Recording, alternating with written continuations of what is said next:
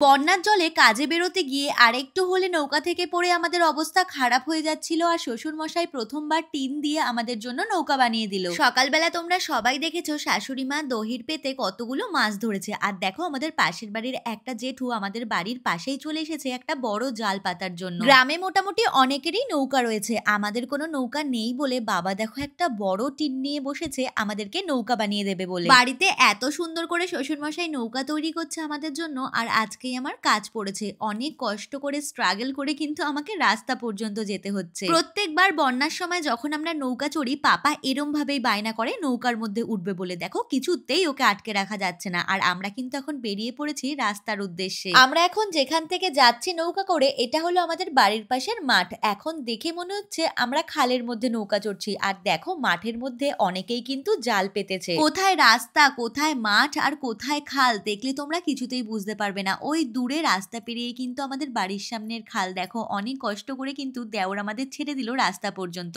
এখন ঝটপট করে কাজে বেরিয়ে পড়ি, বাড়ি এসে তোমাদের দেখাবো শ্বশুরমশাই নৌকাটা কেমন তৈরি করলেন। বাই।